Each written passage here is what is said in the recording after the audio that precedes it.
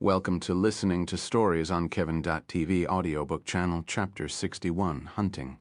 The griffin, Ardum, this griffin, Ayla, growled inside, rolling to the side to dodge the claw strike. It isn't even a griffin to trip. She pointed her bow at him. I need to blind it. Bam, bam, bam! Ayla fired 3 arrows, aiming straight at the griffin's face, only to have him dodge it by quickly shifting his head. Screech, the beast growled, leaping from side to side, getting ready to attack. I can't get enough distance. This monster keeps chasing me. Ayla stood in her place. Then it's all or nothing. Thud. She charged toward him. The griffin got taken aback, shifting his head in confusion for a moment before swinging his claw at her. Crunch. Ayla rolled underneath the griffin's massive body as his claw plowed the ground, pointing her bow at his dangling testicles. Bam, bam, bam, screech. The griffin growled in pain, leaping away and almost rolling on his back. Bam, bam. 3 arrows flashed toward his face, and he dodged them at the last moment. KYI. The beast looked around, unable to find Ayla. Crack. The griffin immediately spotted her sneaking between the tree. Even though he didn't have night vision, his eyes were still sharp like eagles. He didn't waste a moment and rushed at her, enraged more than before. Shit. Ayla rolled away as the griffin bit a whole tree in half. That got him angrier. With quick steps, she slid into the tall grass and crawled away from the trees as the griffin regained his balance. Good. He's on the other side. I need to find a place to hide. She looked around for a whole screech. Ayla heard the griffin behind her back. She turned to aim her bow, only to see his wide-open beak rushing at her head. Tee! Stomping the ground, Hank grabbed the griffin by the tail, pulling him away from her with a battle cry. Long ears. Leave this one to me, he shouted, lifting his axe and chopping a part of the griffin's tail. The griffin cried, turning back to stare at Hank. Were the 2 girls your mates? No, I guess one was your daughter. Her flesh was softer than I expected. Hank lifted his axe, showing it to the griffin. Can you smell it? Their blood stuck between the axe head and the shaft. The griffin's eyes turned red from the blood pouring into them. Screech, he roared, charging at Hank with an open beak. Hank dodged to the side, swinging his axe at the griffin's neck. Clang! The griffin swung his wing up and protected his neck, pushing Hank away simultaneously. Who are you? Ayla shouted, pointing her bow at the griffin and releasing 3 arrows. Bam, bam, bam, name is Hank. I came here since I knew the male would return by night. What the hell are you doing here alone? Hank stood between her and the griffin, taking his shirt and revealing his large scar-filled, hairy back. Can't have him hunt in our land. I came here to save a friend of mine. Black hair and red eyes. Did you see him? Ayla asked, firing another 3 arrows above Hank's shoulder. The griffin started rushing at them. Talking about Arad? I sent him to the village when I was heading here, he said, running toward the griffin and ducking underneath the claw attack. Hank then hugged the beast's front right arm and threw him to the ground. Crack! As the griffin stared confused, Hank stepped on his chest and swung his axe down. Screech. The griffin didn't wait, clawing at Hank with his hind legs and sending him rolling with massive scratches on his shoulder. Hank looked at his shoulder and smiled. Your claws are dull, aren't they? I've seen sharper ones. The griffin stared at him and changed his target, leaping at Ayla as fast as he could. Screech. Long ears, Hank shouted. Ayla didn't expect that. She wasn't looking for any signs of movement. Her reaction time had started failing her. It was too late to dodge. Crack! One of the trees behind her cracked with a black haze rushing through. Vam vam phasing through space with void walk, Arad charged, swinging a void claw at the griffin's head. Clap.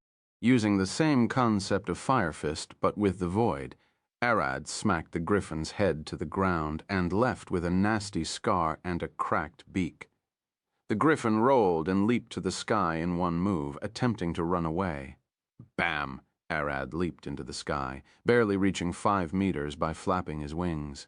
Void walk. He teleported up, biting the griffin's throat mid-air. As the two fell, the griffin clawed at Arad with his front legs, piercing his side with the long claws. As Arad felt the claws pulling down on his pelvis, he smiled inside. "I have something far better for you." He unleashed a void breath directly into the griffin's windpipe, turning the beast's insides out. Alla rushed forward to catch Arad, but she smacked into Hank's side, who did the same thing, catching Arad instead of her. "Hey," Alla growled, staring at Hank. "Girl, do you know a healer?" Hank said, looking at the unconscious Arad in his arms. The griffin pulled his pelvis down, and he's bleeding inside. The internal bleeding must be severe for him to fall unconscious this fast. Ayla reached into her pocket. "I have a healing potion for now." She gave it to Hank, who poured the entire thing down Arad's throat. "This would buy us some time. Let's get the kid to the village." Hank put Arad on his shoulder and got ready to climb down the mountain. "I will carry him." Alla nodded. Hank seemed more powerful than her, and he could move faster while carrying Arad. The important thing is getting him to safety. "My party has a paladin. They should be waiting at the large field down there," Alla pointed. "Let's go," as the two rushed. Alla stared at Hank. "Well, about? I don't care if he is a dragon. I've seen stranger things." Hank replied, "I saved this kid from the griffon's nest this morning." "Can I ask you to keep it a secret?" She looked at him with a wry smile. "Yeah, I won't tell anyone, but on one condition." Hank stared at Ayala. "Leave this village by tomorrow." "We still have work here." Ayala stared back at him. "We will leave when that is over." "Killing the werewolf?" "He told me this afternoon," Hank replied. "Get out of the village. I will deal with the beast. We won't leave until we confirm him cured, at least." Ayla glared at him. "And we have a quest from the church to investigate the disappearances." Hank stared at her. "The griffin picked them up." "That's hard to believe," Ayla replied immediately. "You think it's the werewolf?" Hank glared at her, his hands tightening at Arad. "We won't leave until we make sure that monster is dead," Ayla replied. "The village is in danger as long as he lives." Hank glared at her. "I see. Can I give you advice from someone who lived longer?" "I'm over 200 years old." Ayala glared at him. "Fine. I lived less than you, but we humans mature faster." Hank glared at her. "Always blame yourself for the mistakes first, and then look at other people. You suggest we investigate the church instead of the murders. It's strange they didn't call the authorities and put a quest." After a while, the two exited the forest and rushed toward the field where Lydia awaited them. The griffin? Dead. Heal Arad. "He's badly injured," Ayala said as Hank put Arad on the ground. Lydia put her hand on Arad's chest and started casting her magic. "Who's he?" Lydia glared back at Hank. "A lumberjack named Hank. I helped them fight the griffin." Hank replied with a smile. "Nice to meet you." His grin crept Lydia as if he was hiding something from her. "The werewolf attacked earlier. Jack is sneaking around to investigate," Lydia said, looking at Ayala. "I was investigating?" Jack replied as he walked toward them. "What happened?" Ayala stared at him. "The bastard killed one of the priests and kidnapped one of the sisters alive," Jack growled. "I don't want to think about what will happen to her." "That can't be the whole story," Hank said, staring at Jack. "And who are you, Mr. Bearman?" Jack stared at him. "The mead? Hool, thanks for the compliment." Hank smiled, puffing his shoulders. "My name is Hank. I helped them fight the griffin." Jack smiled and then scratched his head. "A woman from the village dropped her newborn from the window upon seeing the beast," she said. "The werewolf caught the kid and put it on the ground before leaving. I think she is lying. A monster will never save a child." Lydia growled. "You're right." Ayala and Jack agreed with her, but Hank shook his head. "Werewolves are intelligent. Did you try understanding why he is doing that?" Chapter 62. The Glorious Night Eye. The beast's motivation? Lydia glared at him. "That monster eats humans. What else do we need to know? Lions only hunt humans when they burn their hunting ground." Hank looked at her with a sharp glare. For hundreds of years we never had a problem with beasts. Until your people came, claiming to cleanse the land from them." He turned around, walking toward the forest. "You're blaming the church," Lydia shouted. "It was never a wound until you gouged it." Hank turned to look at her. "Oh, woo! They heard the howling in the forest. The werewolf!" Jack glared at the trees. "No, I need to return to my wife," Hank said. "She's alone at the lodge." "You don't fear the beast's attacks?" Jack asked, staring at him. Ayla stared at Jack and then looked at Hank, remembering how he threw the griffin. "He can handle himself," she said, watching him leave. "Let's hurry to the tavern," Ayla said, carrying Arad. Jack looked at Hank's back as he faded into the woods. "Those are some impressive muscles. Is that what swinging an axe all day does to you?" He stared at Lydia while pointing toward Hank. "I don't know," Lydia replied as they followed Ayla. Ding, ding. Ayla pushed the tavern's door open and walked in with Arad on her back. "Can we get a room?" she asked, staring at the owner. The bartender rushed to check on them. "Is this your friend? Is he all right?" "He is. We killed the 2 griffins. Just need a place to rest," Ayla replied, looking at the owner. "I have 2 empty rooms," the owner said with a smile. "It will be perfect, one for the ladies and one for the guys." He looked back at Lydia and Jack. "I want to stay with Arad and keep an eye on him," Ayla said, looking back at Lydia. Lydia smiled. "Of course, Jack and I will take a room. You stay with him, are you sure?" The owner stared at them. "Of course, no problems there." Lydia approached the counter, paid him for the night, and ordered food. Ayla headed directly toward the room without dinner. "I will eat later. For now, I should get Arad to rest. Cree." Opening the old door made it whine. "This one lacks oil," Ayla sighed, carrying Arad to the bed and slowly inspecting his body. "I need to take his armor and wash him," she mumbled while seeing the blood stuck on his side. After bringing a bowl of warm water and a towel from the owner, she slowly took Arad's armor off and started whipping his body, slowly realizing how much he had bled in the griffin's attack. The claws gouged him from beneath his ribcage and down to his hips. The wound closed when he morphed back, but they were dangerous. Ayla stared at Arad's clean body with a smile. "Done." She then quickly took her armor off, whipping her own body clean. She didn't get injured, but the blood from the griffin got her. "A woo!" They could still hear the wolves howl in the forest. "We should get to sleep, right?" Arad, Ayla said with a smile, curling in the bed beside him. "Can we have one normal night like this tomorrow?" Hugging his arm. "Cree!" Jack pushed the door open, glaring at the hinges with a dead eye. "You're loud. When was the last time you got oiled?" Speaking to doors. "Are you still sane up here?" Lydia pushed him inside, staring at him. "I was saying it. It's been a while since I saw a decent inn room," Jack sighed. "If he isn't oiling the doors, I wonder if he bothers to clean the rooms. The room looks decent enough for adventurers." "Have you never spent a night in the forest?" Lydia asked, staring at him. "I slept for months in the rain on the street. I wish to have nice rooms from time to time." Jack sat on the bed, slowly unlatching his leather armor, "and I thought I had it rough on missions." Lydia sighed, taking her heavy plate armor. Jack yawned, stretching his arms and staring at the bed. "You take the bed, I'm used to the ground."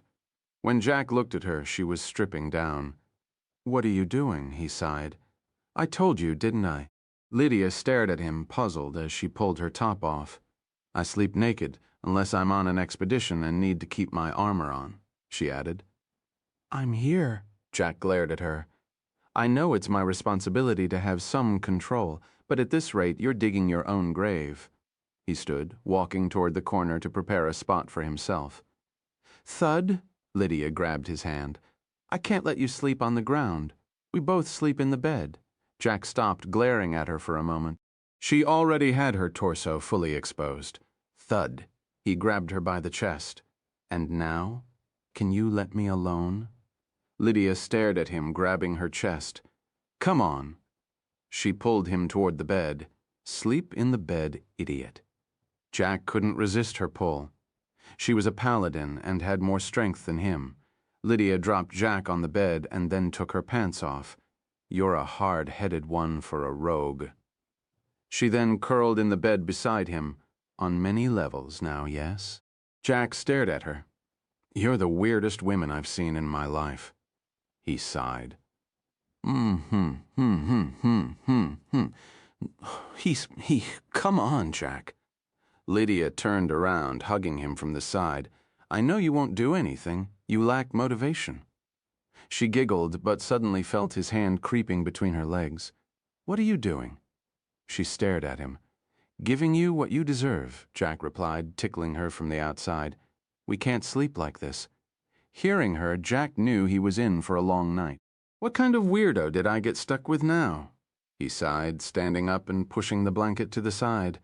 Lydia looked at him from the bed. "It's cold, you know," she said with a smile. "Don't worry.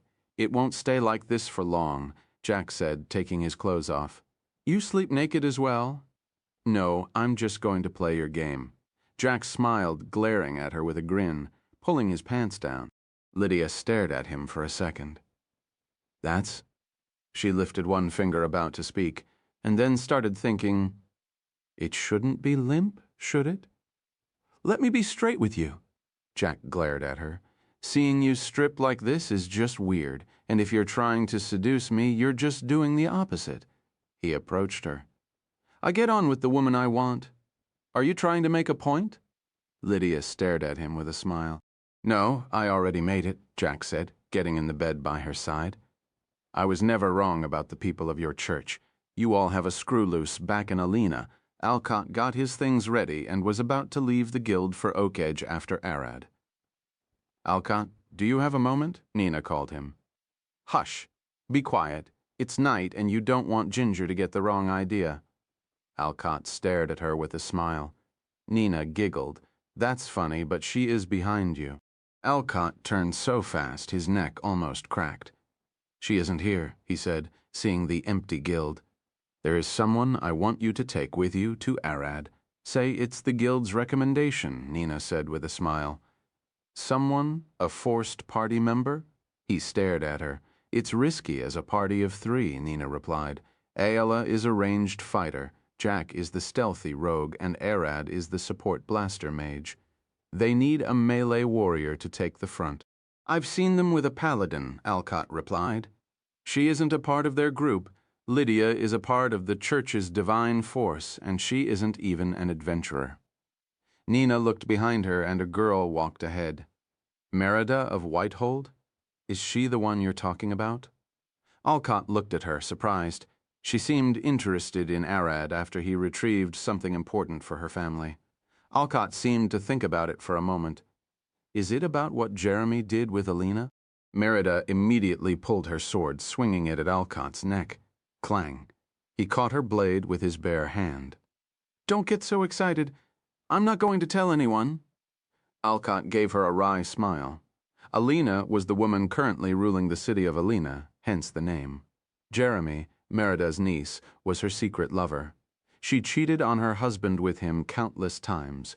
2 of the Lord's 5 children are probably his, and no one knows. "How did you know?" Merida growled, looking around to see if anyone was listening.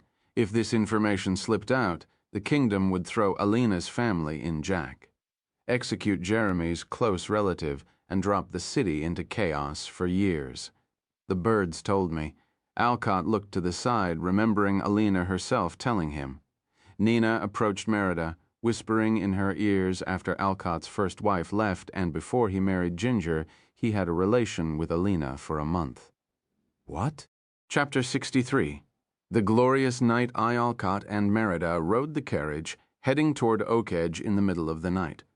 "What are we expecting to fight?" she asked with a passive face, staring at the stars. "Werewolves? I also expect some humans," Alcott replied, "and now that I thought about it, there was a griffin problem around here 4 years ago." "Griffin? You mean griffin?" "No, griffins are 4-legged while griffins are 2-legged. Alcott looked at her. "Griffins are far more dangerous than griffins." Alcott smiled. "I leave those idiots to you. What are you talking about?"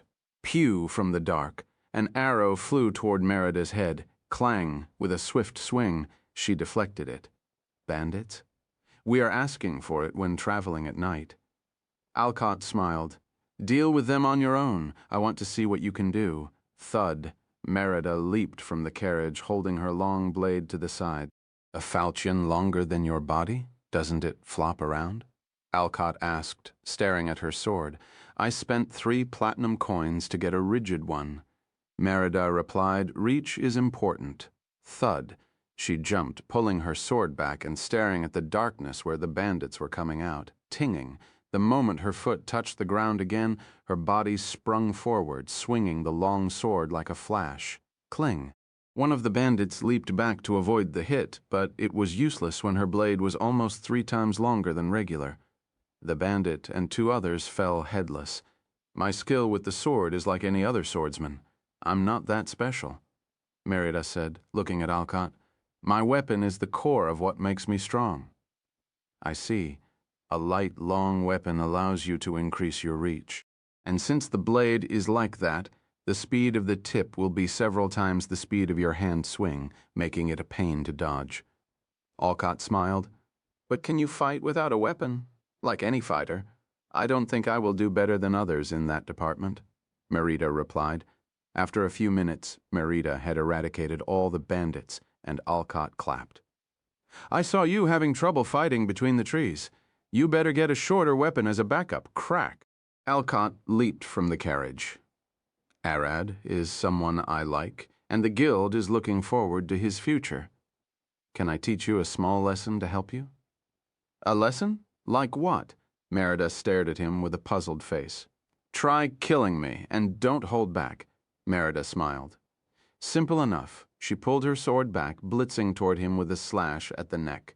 Crack. Alcott took a long step forward, closing the distance between him and her in the blink of an eye. What? Merida gasped, trying to pull her sword, but its back edge smacked into Alcott's back. This is your weakness, close range, Alcott said with a smile, swinging a fist at her. Thud. Merida leaped back, just for him to close the distance again. As long as I keep a close distance, you can't use your weapon effectively, and you don't even carry a dagger or a short sword. Alcott stopped. I have spare weapons in the carriage. Is this? Yeah, that's the lesson. Alcott walked toward the carriage.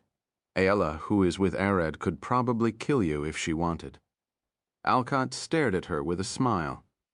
Werewolves are smart enough to take advantage of this.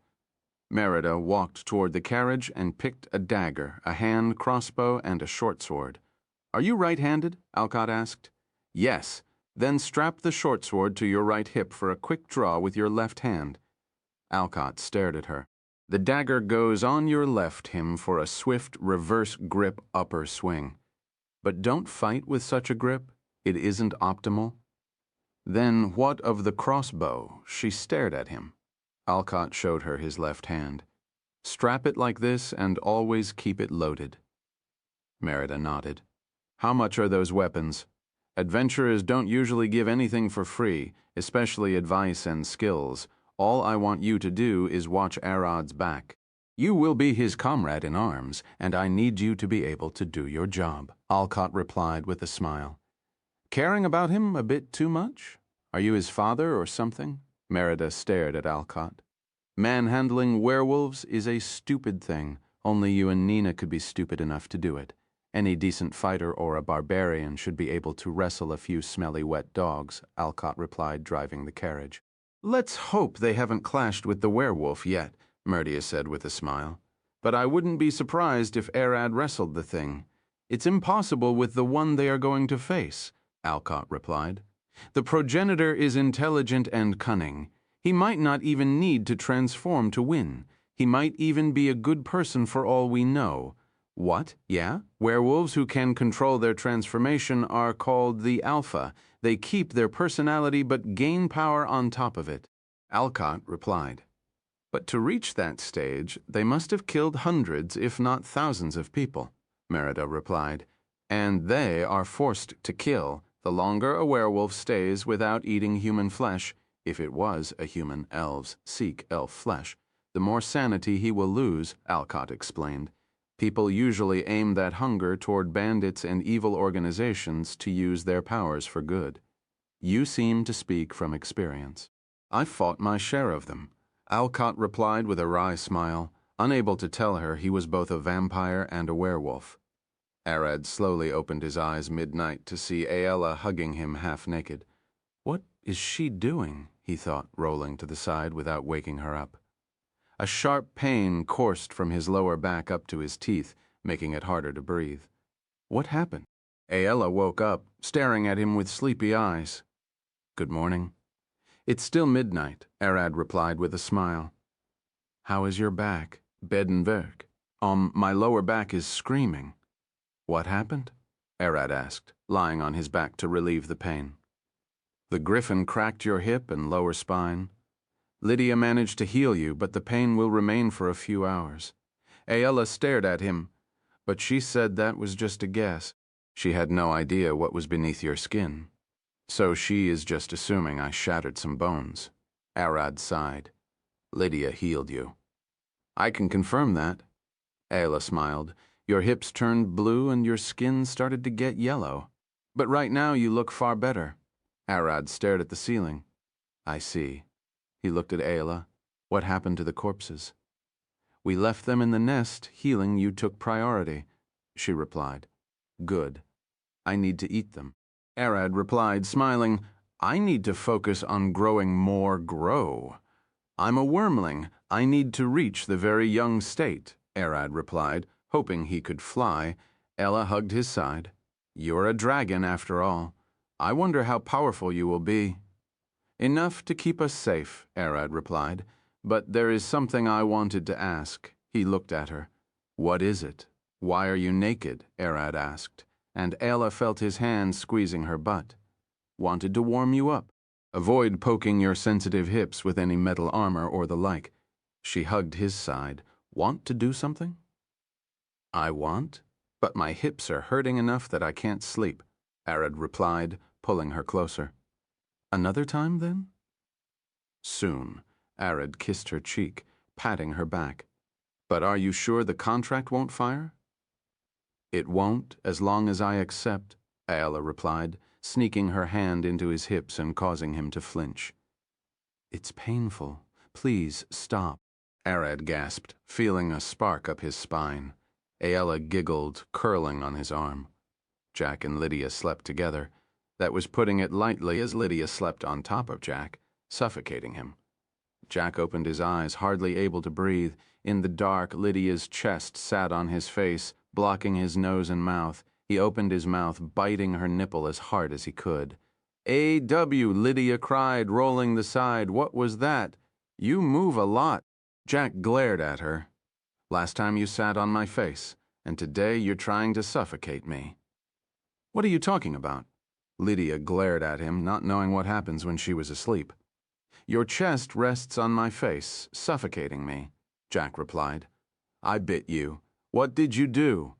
Lydia glared at him, curling closer. Don't go around biting a woman's chest like that. Jack glared at her for a moment.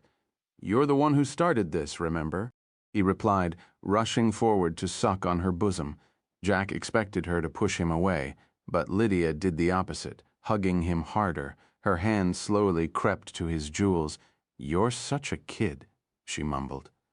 Chapter 64, Truth of the Beast. Arad opened his eyes, staring at the ceiling as he sat up. Aella curled beside him as the rays of sunlight pierced through the window with a cold breeze. Wake up. It's morning.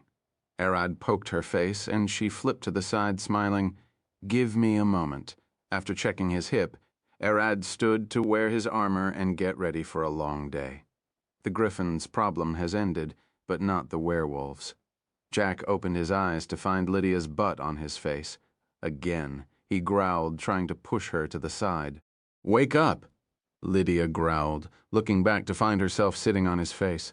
Good morning. She looked down, and Jack opened his mouth, biting her as hard as he could.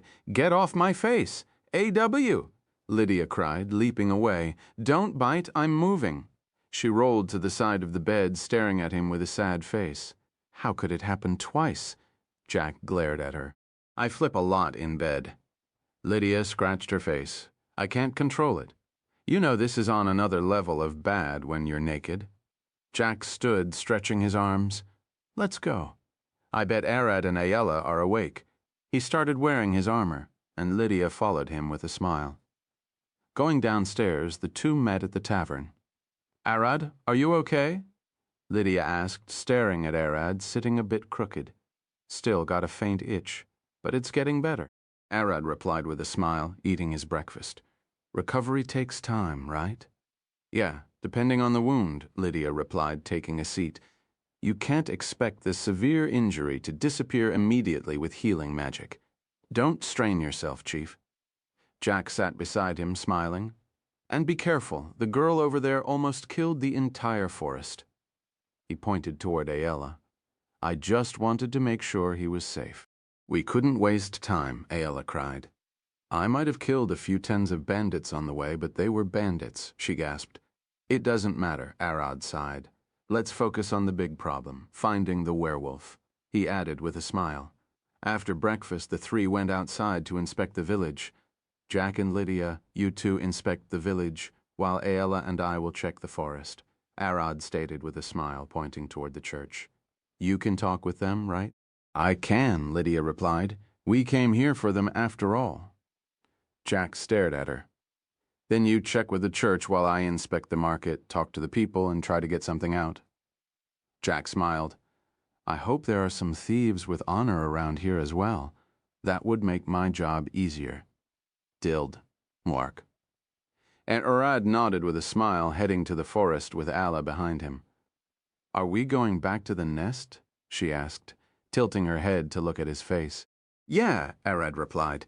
I need to eat that thing. The two of them started rushing forward, running at a medium speed. Is your back okay? I said earlier. I'm getting better. Arad looked at her. Don't worry about it. After a while, Arad and Allah reached the nest, finding the two corpses untouched. I thought Hank would have taken them. He looked around, scratching his head. Maybe he didn't return yet. Ayala stared at Arad approaching the corpses. I will eat those anyway. He then touched the corpses, sucking them into his stomach. It's amazing, no matter how much I see it. Ayala smiled. Can't you hide living things inside? Arad shook his head. I can't. He looked at her. They will suffocate and die, and that if my void didn't rip them apart beforehand. How should we start looking for the werewolf? Ayala asked, approaching Arad. I don't know. He looked around. The church is our best bet. Should we ask Hank about it? Ayala replied. He seemed to know something about it yesterday. Arad looked at her. He might have encountered the beast in the past. Let's knock on his door. Arad and Ayala headed toward Hank's lodge in the middle of the forest. Is this where he lives? It's in the heart of the beast. What is that supposed to mean? Arad stared at her. I mean, he lives in the middle of a monster-infested area. She looked around. But monsters are scared to approach, like how animals won't approach the fire. A man who can beat a griffin is just another monster for them to avoid. Arad looked at her. You saw him fight, right? Alice scratched her head. Yeah, I bet monsters won't see him as a human. They approached the door, knocking on it. Hank. Arad looked at the wooden frame. It's me, Arad. Wait a moment. A woman's voice came from the inside. Who is that? Ayala looked at Arad. Hank's wife, he replied. Creak, the door opened, and the woman stared at them with a smile. Welcome. Hank is waiting inside. Ayala smiled. Sorry for coming so early. It isn't a problem. Hank's wife smiled. Just don't come at night. Of course we won't. The two walked inside, escorted by Hank's wife, finding him sitting on a wooden chair by the fire. I presume you have some questions? Hank said with a smile, staring back at them. The werewolf, what do you know about him? Arad asked directly. I need to find the progenitor before it's too late. Sit down, and I will tell you something. Hank pointed toward two chairs. His wife brought them tea and sat beside him. Have you heard of beast people? Hank looked at Arad. Some even call them lichen. No, Arad replied. Are you talking about cat people, dog people, and rest? Aela looked at Hank and then at Arad. They are common in the elvish land. So they are humanoids, sane, right? Arad asked to confirm. Hank stared at him. Yeah, they aren't mindless beasts like some werewolves or werebears. Ella looked back at Arad with a smile, putting 2 fingers on her head. They look like humans, but have animal features like bunny ears or long fangs and claws, she explained. So what does this have to do with the werewolf? Arad stared at Hank. It has everything to do with him. Hank looked at the fire. Beast people inhabited this forest before the humans invaded and killed them, Hank's wife said with a sad face. Of course, they didn't completely disappear, as some of their descendants still get born from time to time. I still can't see how that relates to the werewolf. Arad stared at Hank. If they are born, then good for them. Hank glared at him. The church doesn't think the same way. They see beast people as unholy monsters. Children born with the animalistic feature are killed after birth or have their ears and horns cut off. What, that was true? Ella stood, glaring at Hank. You knew beforehand? No. When the elves started the war against humans just a few months ago, they stated one of the reasons was beast people's oppression by the church. Ella stared at him. We thought it was a lie. You're an elf. Hank's wife stared at her. You don't believe your people? Aella stared at her. War is full of bullshit. It was more likely they made lies to justify it. Then it was a lie at the start. But true as well? Arad stared at Aella. No, I think the elves lied. They surely didn't know what was happening here, or they will have used it to push further. Arad stared at Hank. Then the werewolf is protecting them? No, Hank replied. I believe the beast is just guiding them outside the forest where they can head to the Elvish kingdom and join other beast people. Arad scratched his head. Then if our progenitor is such a good person, how could I meet him? I do have a curse to take off, he smiled. Hank closed his eyes, thinking, you better investigate the church and expose them to the world. That might get the beast to your side. Arad nodded and looked at Hank with a smile. Then, one last question. Arad's eyes flashed purple. How do you know all of this? What is your relation with the progenitor? Hank's wife stared at him, worried. I helped him once in the past, just like you. He told me the whole story. Hank stared back at Arad. I don't care about whether the people I help are humans, beasts, or dragons. Arad sat back on his chair. Fair enough, he looked down. Sorry for being so rude. Don't worry about it, Hank smiled. Keep this conversation a secret from the church? Arad nodded. Of course I will. He smiled. Why is that? Aella asked, staring at them confused. Hank looked at her. If any priest came here seeking me or my wife's life, I will make sure to grill him alive, and I'm not joking. Hank clenched his fist on the chair's armrest, crushing it. Bam! His wife smacked him on the head. Don't break the furniture, Chapter 65, mismatched information. I, Arad, and Aella left Hank's lodge after hearing what he had to say. What do you think? Arad asked, looking at her. He's hiding a lot from us, Aella replied. We should hear what the others have to say first. So we go to the church, Arad looked at the sky. Lydia and Jack should be checking on them, he added. Yeah, Aella looked back at the lodge, but he saved your life. We should give him the benefit of the doubt for now. You're right. Jack walked across the streets, yawning. Each step seemed lazier was the last and was slower. His eyes darted from right to left, inspecting the dark crevices like a thief, scared of the guards ambushing him. He looked suspicious. Hey, young man. A man called Jack. I've never seen you here before. Care to take a look at my wares? Jack stared at him with a smile. Sorry, but I'm looking for something specific. He approached the man. I'm looking to buy a shadow.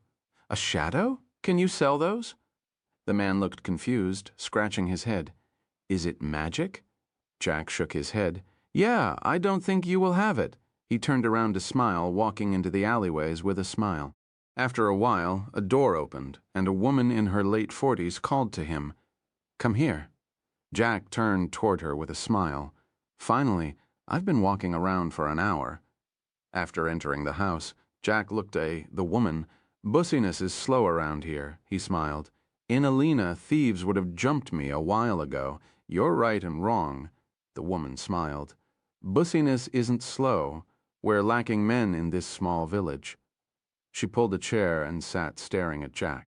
After sitting face to face with the woman, Jack asked, "What is going on in the city with the werewolf?"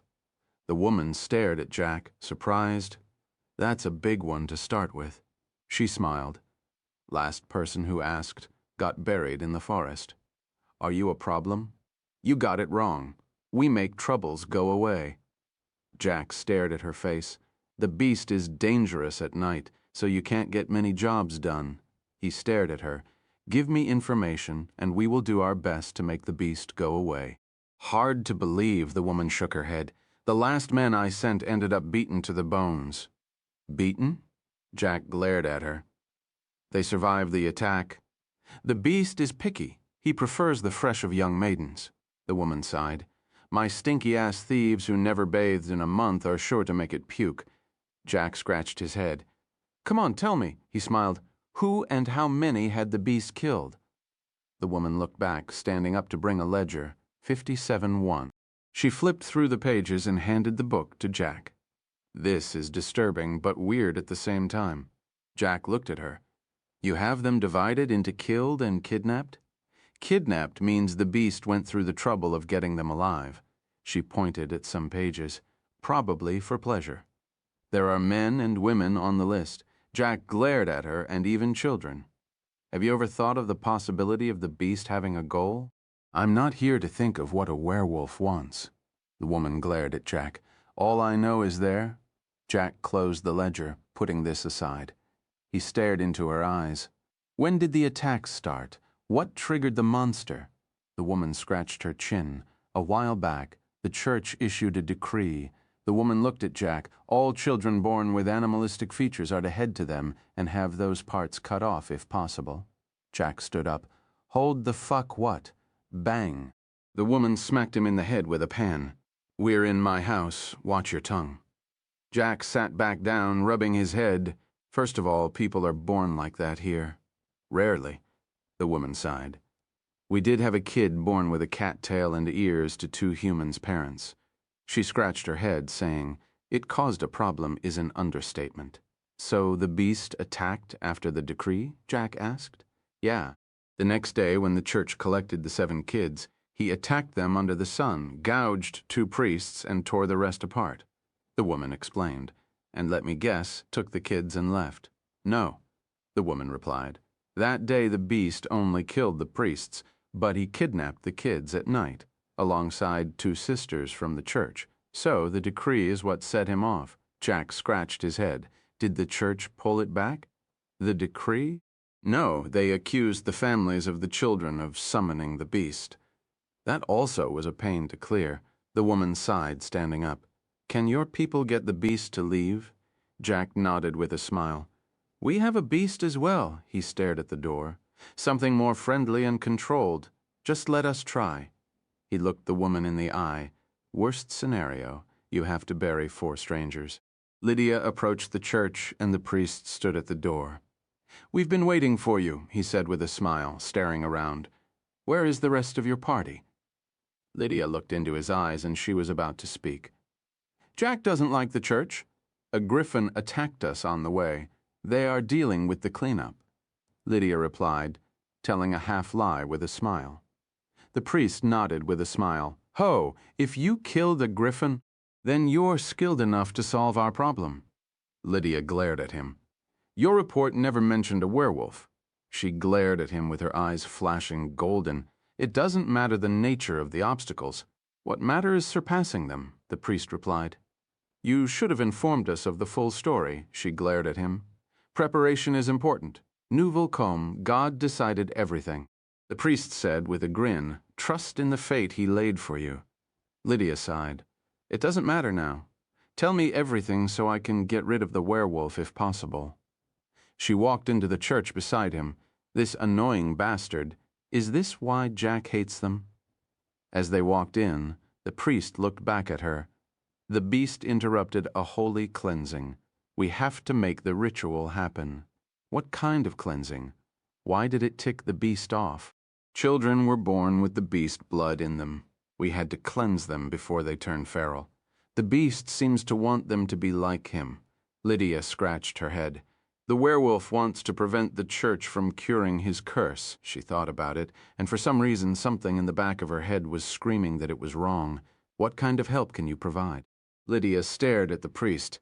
We need to get this problem wrapped up as soon as possible. We can't offer much with how many casualties we got, but I will be sure you get the bare minimum funds and a place to stay. He looked at her, smiling. Of course you got everyone, Corporation. If you wanted to ask any questions. Lydia nodded. I will ask the sisters, and look around. The beast climbed to the bell. Can I get there?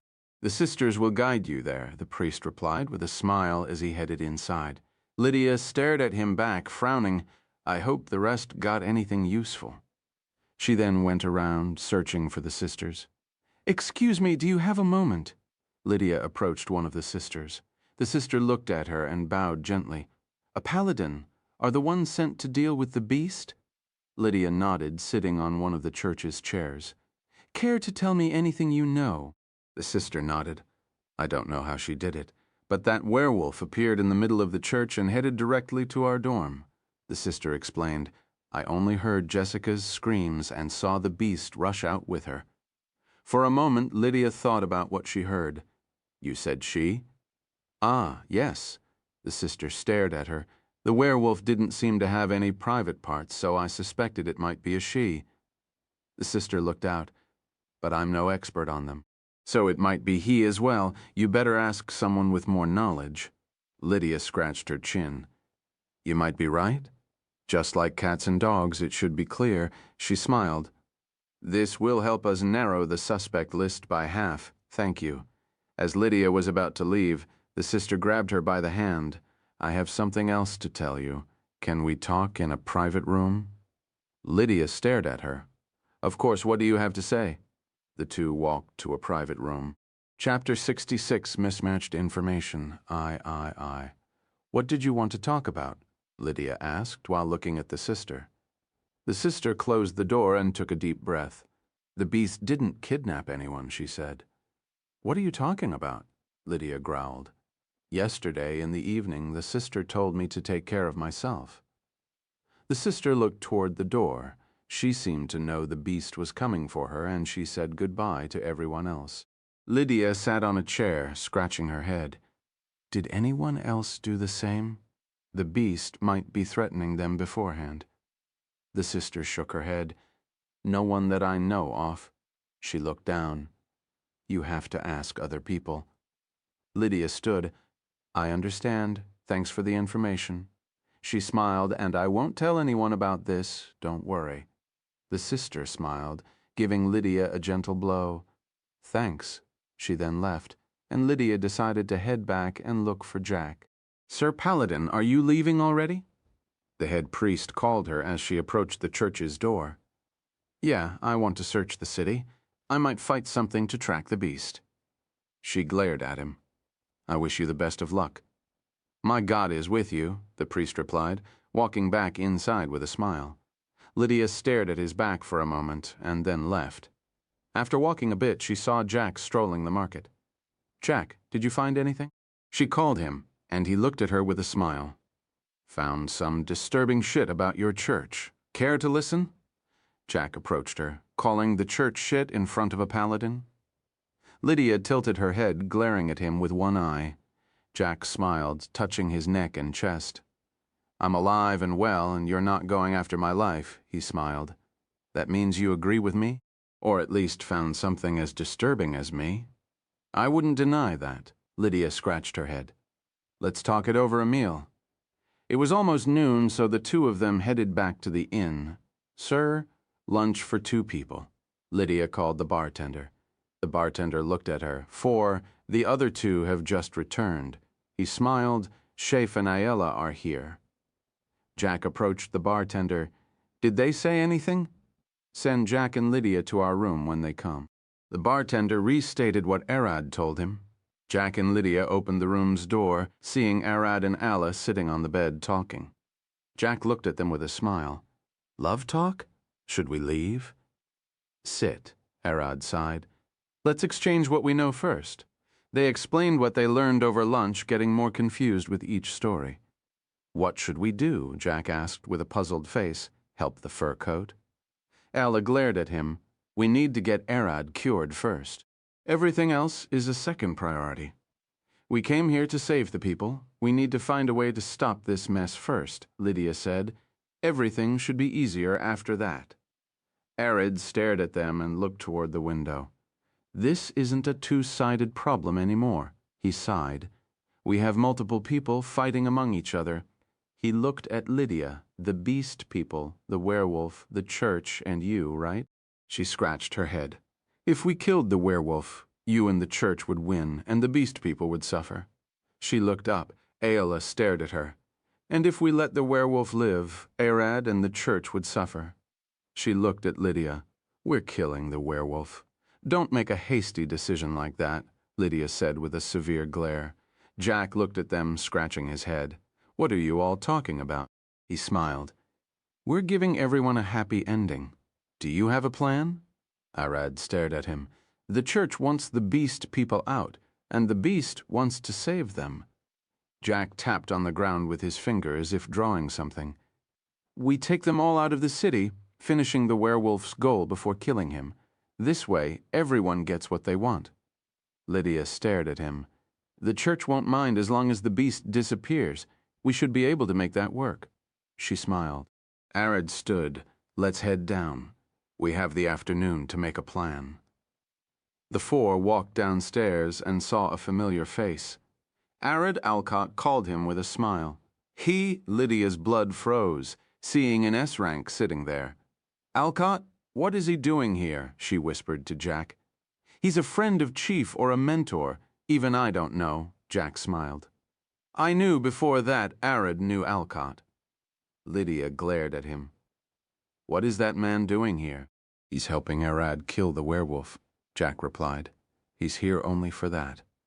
It took you a while, Arad asked, sitting beside Alcott. Yeah, sorry for being late.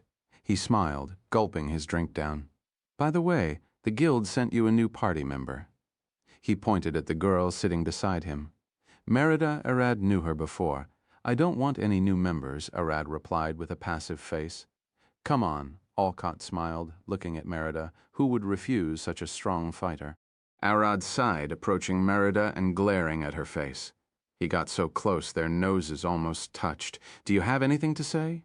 Arad growled, glaring at her face with glowing eyes. Move away from me, pervert, Merida pushed Arad with her hand. Arad nodded. Heard her, he looked at Alcott. I don't need her on the team. Come on. It is your mistake getting so close to the girl. Alcott sighed. I don't see her as a girl, but as a criminal piece of shit who attacked us and wounded Ayla. Arad glared at her, a purple flash in his eyes. Out of respect to your father, I don't beat the shit out of you in your shop. What?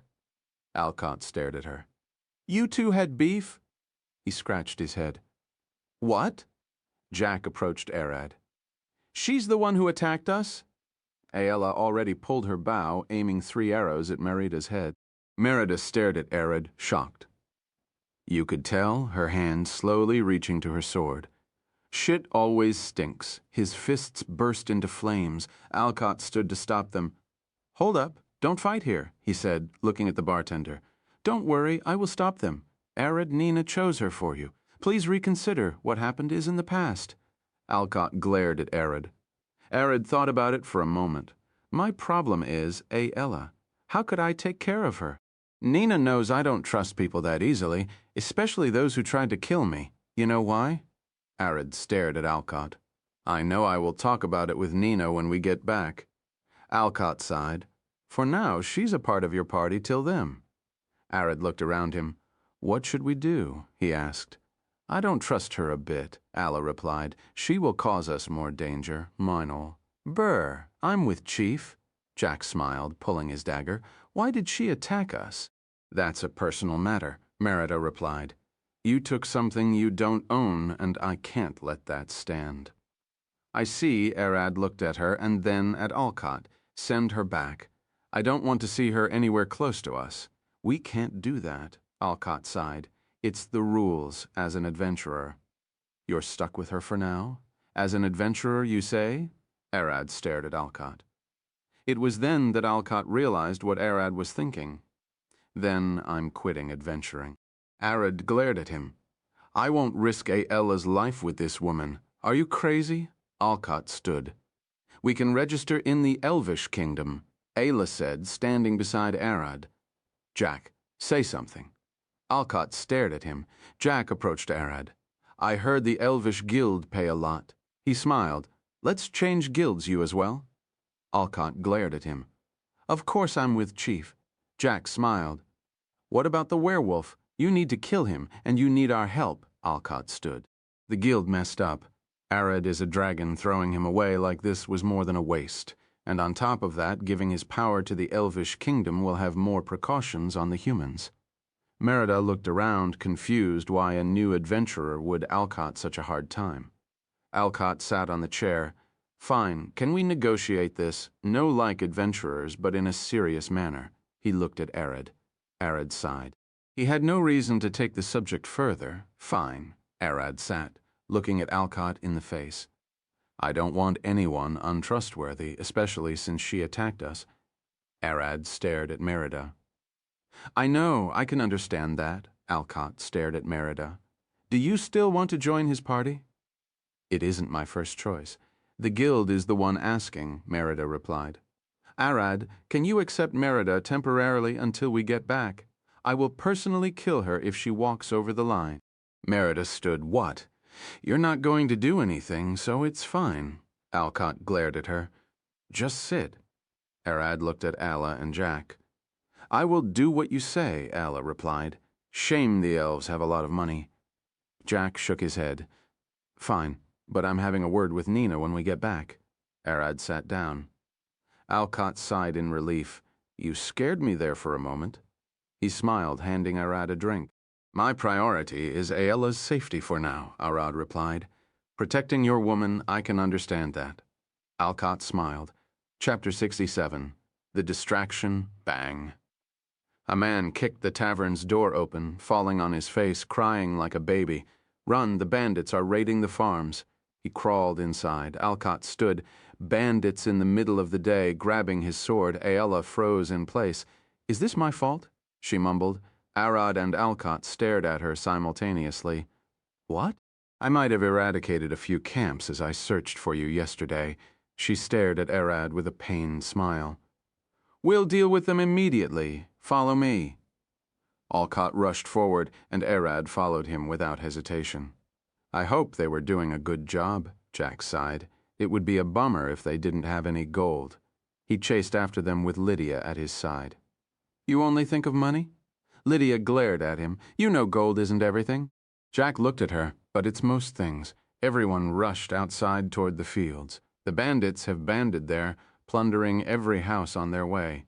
Thud, thud, thud! Alcott charged forward like a raging horse, leaping over fences with his hand on the hilt of his blade. Arad chased directly after him, followed by Ayla and Merida. I understand Alcott being fast, but what about Arad? Merida growled, unable to reach their speed. Ella looked at her. He has 14 strengths. What? How could a sorcerer average like that? Merida gasped. That explains how hard his skin is. She stared forward. I can see them. Get ready. Ayla shouted, leaping above some barrels and climbing into the roof of a barn. Cree! She pulled her bowstring, aiming at the bandits in the distance while holding her breath. Bam! Bam! Bam! Is that a steel bow? Merida stopped, glaring at her with a puzzled face. Thud! Thud! Jack and Lydia, who were the slower, passed her. Hurry! What are you looking at? Jack smacked her back with a grin. You need to take the front lines, right? Swash. Arad and Alcott saw the arrows pass them and kill 3 bandits who exited a house. Be careful of the bandits carrying hostages. We don't want any dead civilians if possible. Understood. You're surprisingly cooperative now, Alcott smiled. I'm not going to tell an experienced adventurer what to do. It's your lead, Arad replied. Ka-e Don. He. the bandits gasped, seeing their friends fall dead to arrows. One of them glared into the distance and spotted Aella. "It's her, the long-ear bitch who killed Jaman, Merlin, and Gadra's squads," he shouted, pointing toward her. Thud! An arrow stuck between his eyes. "Shut up," Aella mumbled. All the bandits raged over the murder of the comrades charging forward with their swords drawn. Alcott pulled his blade and swung forward. Clang! Clang! Clang! 4 slashes in the blink of an eye, tearing through their weapons and shields like paper. You kill and plunder everyone and get angry when someone does the same to you. Stop joking. Unless you surrender, your rights are forfeit by the kingdom. Alcott shout, "Those who want to live, drop your weapons and walk to the back with your hands up where I can see them." "Shut the fuck up." One of the bandits rushed forward, swinging his half-rusted blade at Alcott. Clack! Alcott caught his sword barehanded. "I don't want to think of how many innocent people you killed." He glared at the bandit in the face. Thwack! He kicked him in the guts with his steel boot, sending his puking blood to the other side of the field. Arad rushed at a group of bandits. "That idiot, is he crazy?" Merida growled, running faster and faster. "Does he want to die?" "Kadon!" Arad punched one of the bandits in the face, causing an explosion. The flames burned the bandit's face and blinded his eyes. "My eyes?" The other bandits surrounded Arad, swinging their axes and swords. Arad pulled his hands together. Flame cloak, his body instantly combusted, burning everything that got close to him. The bandits cried, turning to run away from the searing head. Thud! Arad grabbed 2 of them by the neck, his palms grilling their neck like hot iron. "Why are you running?" Arad smiled, throwing them away after igniting their cloth. He turned to look at the other bandits, smiling. With the flame light, his face seemed black except for his red eyes and evil grin. "Anyone wants a hug?" The bandits looked at each other. A quick death by Alcott's blade seemed far better than getting roasted alive by that demon. "On him!" a bandit shouted, rushing at Alcott Kling. Merida rushed into, swinging her long blade like a whirlwind. "Kling, the bandits' bodies got severed in half. Give up," she said, staring at them. "Run!" One of them screamed, turning back to run away. Clang! Lydia stood glaring at them with golden eyes. "Surrender, and God might forgive you." The bandits turned their heels and rushed in another direction, just for them to trip on a long, thin wire. "What is this?" one cried, and then spotted Jack looking at them from behind the bushes with a smile. "You don't stand a chance. Surrendering is your only way to live," Alcott shouted.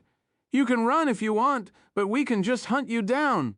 Lydia glared at them, shaking her head, and an arrow hit one of the bandits in the knee. After the fight ended, 56 bandits died and 20 surrendered. "Good job. This should make the forest a bit safer," Alcott said with a smile. But suddenly his expression changed. "We've been played." He rushed back to the city as fast as he could. When Alcott and the rest reached the city, they found people gathering in front of the church move aside. What happened?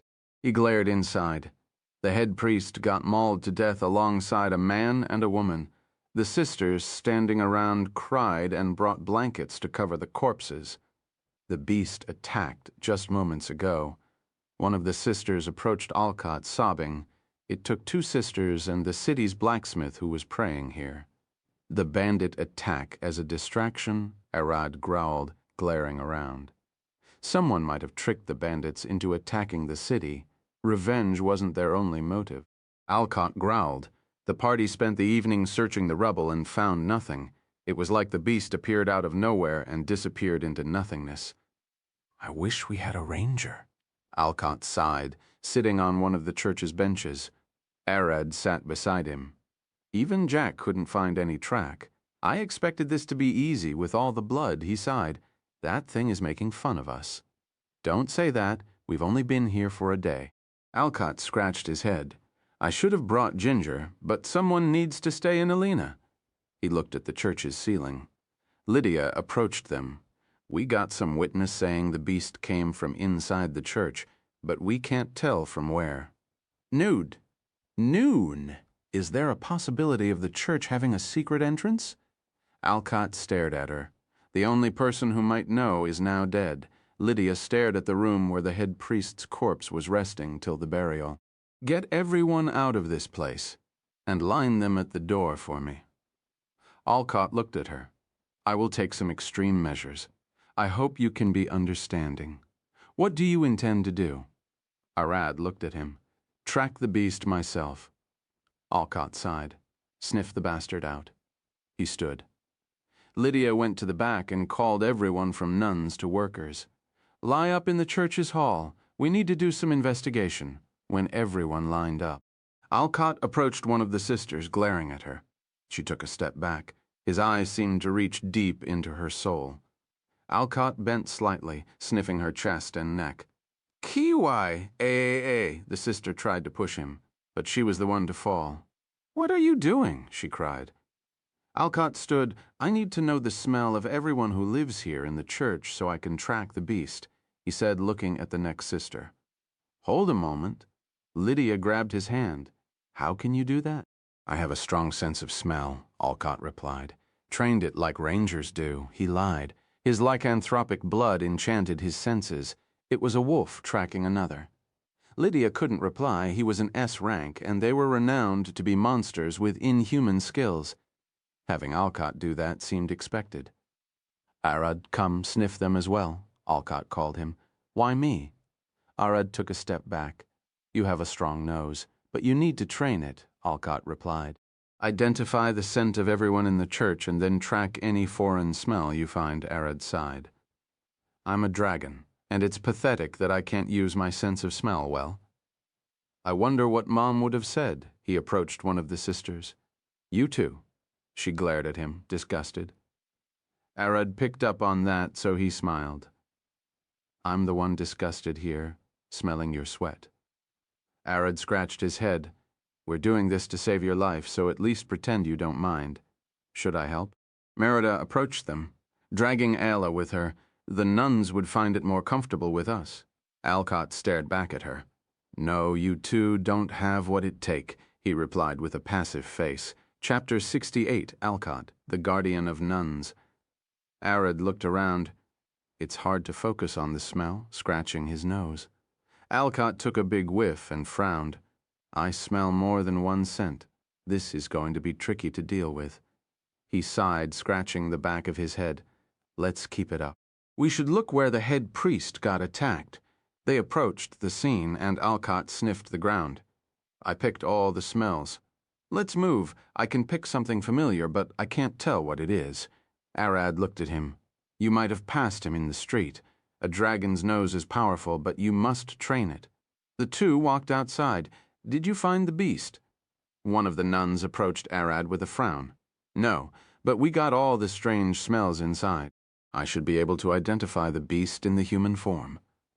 Alcott smiled, patting her on the head. We should head back to the inn. It's almost night time, Ayla said with a smile. You're right, Alcott sighed. The beast won't attack with us sitting here. He looked at the nuns. We will sleep together, he said with a smile. What? One of the nuns gasped, taking a step back. For protection, of course, Alcott smiled. The beast won't attack you like that. Ginger will kill you. Merida stared at him from the side. It isn't the first time, and won't be the last. Alcott laughed. It would be great to say I once slept with, he counted the nuns. 25 nuns in one room, he laughed. That's more sisters than King Baltos smack. One of the nuns punched him in the guts. That's a bad joke, King Baltos. Arad looked at Jack. An ancient king ruled the humans once in the past. His first wife was the Pope, and he slept with all the nuns of the capital in one night, Jack explained. He was both a great king and a man. I can't see that, Arad sighed. The nuns have sworn to God, right? Hell, I know. That was in the age of chaos before the Great Collapse. Nuns might have been something else. Jack waved his hands. The Great Collapse, that's another story. Jack walked beside Arad as they walked to the inn. One day a great mage appeared in the kingdom. All the nobles wanted to kill him as a threat, but the king ordered all his daughters to please the man. Jack smiled. I don't know what he saw in him, but it was enough for him to send all the princesses to his bed. That's crazy. Yes, even the mage thought it was stupid at the start. Jack smiled. I will tell you the full story another time. They reached the inn quickly. Rest? Alcott might call us in the middle of the night if the beast attacked. Jack smiled, walking into the inn. Arad sighed, looking at Aella and Merida. We need an extra room, he approached the bartender. Another room for the lady, please. There is an extra room tonight. The bartender smiled, taking a key from under his desk and handing it to Arad. Thank you. Arad handed the key to Merida. Your room, Rest. Merida stared at the key for a moment. Lucky that there is a room empty? Aella and I are staying in the same room. Jack and Lydia are the same, Arad replied, and Merida frowned. Can't the girls take the same room? I will sleep with Arad, Aella glared at her. I didn't mean to question that. Merida stepped back. Fine. I'm heading to my room. Don't forget dinner, Arad stared at her back. I might hate you being at the party, but that doesn't mean we won't work together in the time we're forced to do it. I will call you if I need something, Merida replied. And sorry for attacking you earlier. I just needed to get something from you. She sighed. What was it? Arad asked as he stepped toward her. The spell book you found, it has some family secrets that I needed to retrieve, she explained briefly before leaving. Arad looked at Aella, confused. Should we see if dinner is ready? He asked with a smile. Yeah, I'm hungry. She smiled, looking at the bartender. What do you have for tonight? Back in the church, Alcott took his armor off and stretched, sitting in the corner as he brought a towel and oil. One of the nuns saw him. Why did you take the armor off? She stared at him. Alcott only wore his casual clothes. I need to maintain the armor and weapons. Alcott smiled, pulling a dagger from his pick and attempting to slash his own neck. Nothing happened. My skin is hard enough. I only wear armor for extra weight to help me with balance. The nun approached a clot, poking his think neck with her skinny finger. It's rock hard, that what you had to say? Alcott laughed. Don't worry, I can protect you all like this. He smiled, looking at the door as the other nuns flocked in.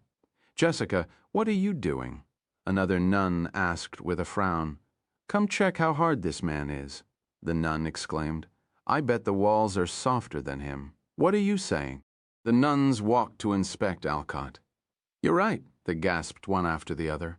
Come on, go to sleep, Alcott said with a smile. Don't worry about anything. The nuns looked at him momentarily and then turned around. They didn't use beds, only a bunch of old rags, mattresses, and clothes spread vaguely like bedding. Can you sleep like this? Alcott asked. Yeah, it isn't a problem. One of the nuns replied, smiling. It will be a lot of work to move all the beds down here, so this is the fastest way.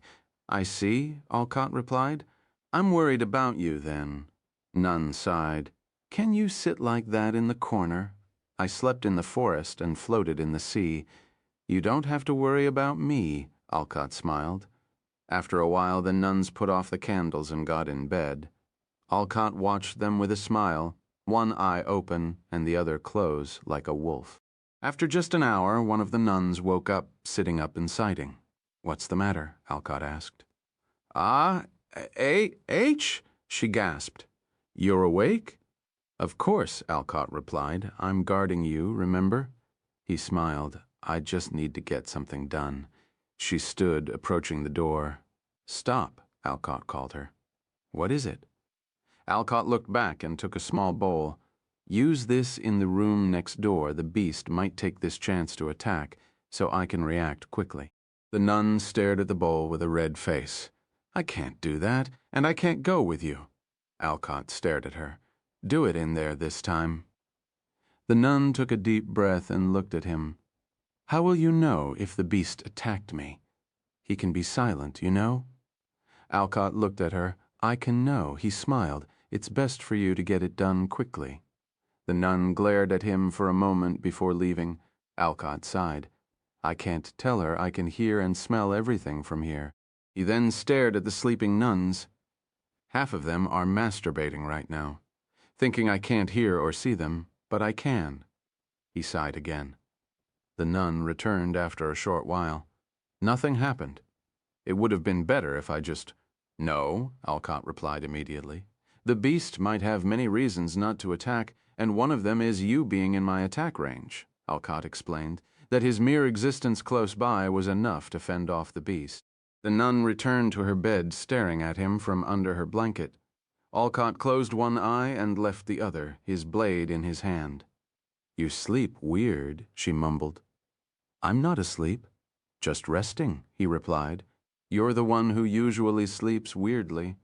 "What?" she replied. "From how much you flip. I can say you aren't used to sleeping with clothes." Alcott smiled, and the nun's face turned red. "Don't worry. Most of you here do the same." They glared at him. "What are you?" "Don't worry, I know that, since my wife does the same." Alcott smiled. "She flips a lot when we're in missions since she gets uncomfortable." The nun stared at him. "You take your wife to missions?" she asked with a puzzled face. "Of course, she's strong enough to protect herself." Alcott smiled. "She even saved my life countless times. She might get upset seeing you like this with us." The nun mumbled. "Worry not," Alcott smiled. "She won't even care if you flocked around me naked." "You're a strange one." The nun smiled, closing her eyes.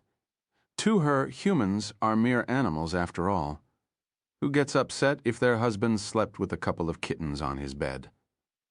Chapter 69. Going down, IR 18. Back at the inn, Arad and Jack sat in the tavern drinking. "Should we stay awake in case something happens?" Arad said, looking at the people behind him. "No, Alcott can take care of most things himself," Jack replied. "We will know if the situation got dire enough to need us. The two of them will blast across the city streets." "I'm telling you," Arad sighed. "I need to go and rest." Arad sighed, standing up. "Already done?" Jack frowned. "That was but one mug. I'm sure you can handle more than anyone." "Nah, we'll drink later." Arad looked at him, smiling. "When we have safer nights." Jack sighed. "Do what you like," he finished his mug, lifting the whole beer bottle. "This is for me." He watched Arad go upstairs. Arad reached his room, knocking on the door before entering. Ayla sat on the bed inspecting her bow. "Is it damaged?" "No, I was admiring the craftsmanship."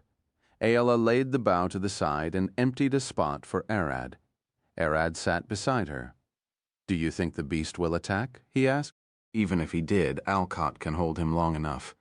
Arad replied, staring at her face. "By the way, thanks for yesterday." Arad smiled. "About what?" She stared at him, a bit confused. "Saving me." Arad smiled, scratching his chin. "I heard you almost went into a rage." Ella smiled. "It was nothing." She giggled, resting her head on his shoulder. "You're my master, after all. What could I do without you?"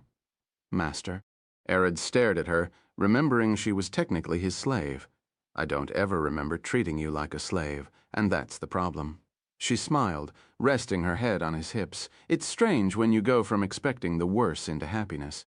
Arad started combing her hair with his fingers. "I don't know what you're talking about," he smiled, "but I don't intend on treating you like a slave." Ayla looked up at his face with a blushing face, her mouth open and closed like a gasping fish. "What if," she mumbled. "What?" Arad got his ear closer to her. "I didn't hear the last part. What if I wanted? I didn't hear you say it again." Ayla's face burned like a tomato, grinding her teeth. "Fine. I will say it," she sighed, taking a deep breath. "I want to be treated like one." Arad froze, staring at her confused. Had too much drink? Smack. Ayla pushed him onto the bed. "That's not it," she said, sitting on his hips. "That's not it." She rested her head on his chest, sobbing. "Are you crying?" Arad got even more confused. She was happy just a moment ago. "I can't understand what you're thinking unless you tell me." He patted her head gently. After a while, Ayla calmed down. "Are you okay? Give me a moment." Ayla relied, growing on his chest. "I once used magic and ended up teleported to the battlefield, which resulted in the death of many elves," she mumbled. Arad wanted to ask what she was talking about, but he remained silent, listening. If she had anything to vent, she better do it. I can't use my magic. Their souls haunt me. Her fingers clenched on his shirt. Each time I try casting a spell, I can't help it, but fear the same would happen again. Ella looked at him. Can you order me to use magic? She looked at him, worried. It was then that Arad understood what she wants. You want me to take the responsibility off your shoulder by being the one giving orders? Can't you? She stared at him with her ears down. Arad scratched his head. Am I not already doing that? He smiled. You don't have to take responsibility for anyone. Arad helped her sit. When the ghosts of the dead try guilting you, just say it to them. Alla closed her eyes. Whirlwind, tempest. The ghosts of the dead hugged her. You will kill everyone in the inn. Alla opened her green glowing eyes with a smile. Sorry, I'm but a helpless slave. Begone, spirits of the dead. Her hands stopped shaking. She doesn't have to worry about anyone getting hurt. That was Arad's problem. Her magic stabilized, and the violent wind turned into a gentle breeze. How do you feel? Better, Master. What did you just call me? Master? Is that a problem? Of course it is, Arad sighed. Are you teasing me now? Aella smiled. Of course not. You're my master, aren't you? She hugged him. Is there anything you want me to do? I will lick your feet if you want, she joked, rubbing her head on his chest. I do have an absurd thing. Arad scratched his chin. I can't get advice right now, so you will have to do with a half explanation. Arad couldn't ask Mom to help him smooth the talk. Arad then explained his situation to her, the problem with the void dragons and why he was out in the first place. What? You want a baby? Aella gasped, staring at him. Arad looked to the side. I don't know how to ask, so this what you have to work with. Ella giggled. You're cute, she smiled. But you might have chosen the wrong person. She looked down. I knew it. It's impossible for you, after all. Arad sighed with a sad face. Ella panicked momentarily. It's not like I won't try. She waved her hands. Please listen to me for a moment. Ella started explaining. We elves live a long life. Our reproductive cycle is long, she scratched her chin. Mix it with you being a dragon, and we might not have a single kid in decades. When Arad thought about it, it made sense. So it's useless, even if we tried. He sighed. Aella looked at him a moment, rushing to pull his pants down. That doesn't mean I won't try. She looked at Arad as he tried to stop her. Let's do it every night. No, whenever we have the chance, we might get one. She took his long, erect flesh out. Arad was a dragon, and his body knew when to get ready. Aella grabbed him in her hand and kissed him. Master, master, Arad gave up resisting and decided to go with her flow. He didn't even know how he was supposed to act or respond.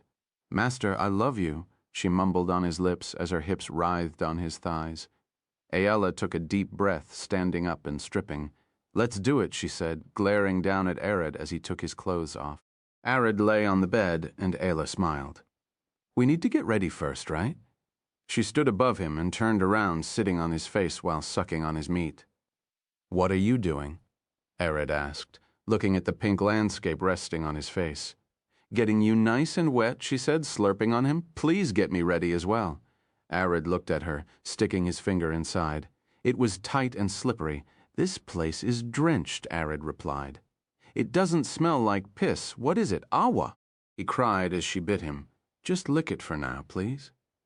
She started rubbing herself on his nose. Arad sat there momentarily before thinking, okay, I guess. He started licking. What happened on the other side of the inn? Lydia approached Jack, sitting in Arad's place. Done drinking. Still need more. Care to join? Jack looked at her with a smile. I prefer drinking in a contained place. Let's get up, Lydia said as she stood. Last time you drank at the tavern. Jack stared at her, smiling. That was in Alina. William and Leon are good people. They would drag us to our room if we got out of control. She looked around at all the farmers. Here, I don't feel so safe to let loose. Jack nodded, standing up. And you count me as safe, he grinned. I don't count you as safe. More acceptable, I say, Lydia replied. Let's discuss this in the room. Jack walked toward the counter and bought a couple more beer bottles. The bartender warned him it was too much, but Jack couldn't care.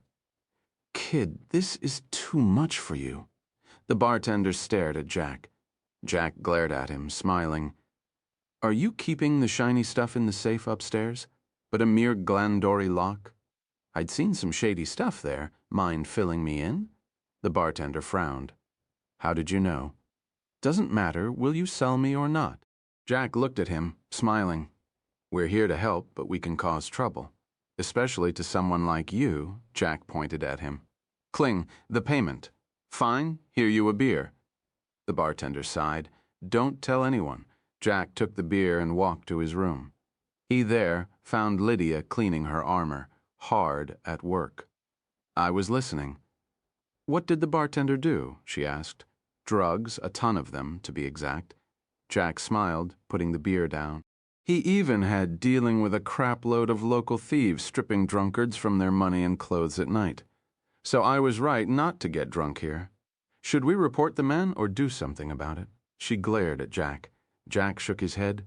Thieves' honor. He sat down. I won't snitch on him. He didn't want to sell us the bear, so we won't get drunk and targeted. Why did you drink beer then? Lydia stared at him. Talked with the thieves this morning. Jack smiled, opening one of the bottles. They want the beast gone as much as everyone else. They will leave us alone. He smiled. Trust me, lady. Lydia finished cleaning her armor and stood walking toward the door and locking it. I don't trust them. She closed the window as well, looking around for any strange holes in the wall. Already inspect the whole room, Jack waved his hand. Don't worry about anything. Fine. Lydia sighed, sitting down with Jack to drink. This feels different than before, she smiled. Their beer is fresh, Jack replied. Don't know if that makes sense, but it feels more refreshing here. After 2 mugs, Lydia stopped drinking and stood up. What's the matter? Jack asked. Started to feel a bit light. I will wash my face. Lydia walked toward the corner where she poured cold water into a small bowl, washing her face. You don't want to get a bit drunk? I prefer to stay sober.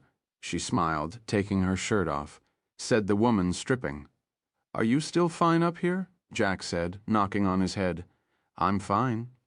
Lydia threw the shirt beside her armor and took her pants down. Do you have a problem? Not at all, Jack smiled. But you know that I will eventually lose patience, right? He stared at her. I will be happy to see you try, she replied with a smile, and Jack stood gulping down his beer. What are you doing? Lydia asked as she saw him approach her. Jack didn't say a word and walked forward with steady steps, grabbed her from the back of her head and kissed her, forcing the beer in his mouth into her. Lydia struggled for a moment before giving up and drinking what he pushed into her mouth. H, she sighed, staring at him. What do you think you're doing, bastard? She glared at him. What did you say? Jack looked back at her. Give me this.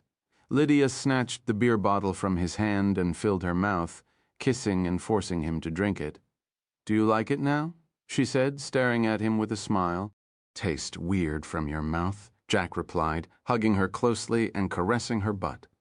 Are you up for some fun? Jack said, slipping his hand beneath her underwear. Sadly, no, Lydia replied. But I can manage something else, she smiled, pushing him toward the bed where he sat. Lydia went on her knees before him, opening his pants and taking his still limp flesh in her hand. Can't you get it bigger? You're supposed to get it up, not me. Jack smiled, poking her crotch with his foot. Lydia took one of the beer bottles and poured some on him. This might help, she said, taking the whole thing in her mouth. I hate to admit it, but I like the taste, she added. Jack watched her suck him off, wondering how he got there. Fine, Jack said, grabbing her by the hair. Can I be a bit rough with you? Not like your flimsy rogue arms could do anything in the first place, Lydia replied, and she was right. With Jack's limited strength, he can punch her in the face, and she won't flinch. Jack grabbed her by the hair. His erection grew bigger and bigger in her mouth. Slowly, she started choking. Lydia tapped Jack's thighs, and he stopped. What? Can't you take it? Just give me a moment, can you? She sighed, licking him from the base to the tip.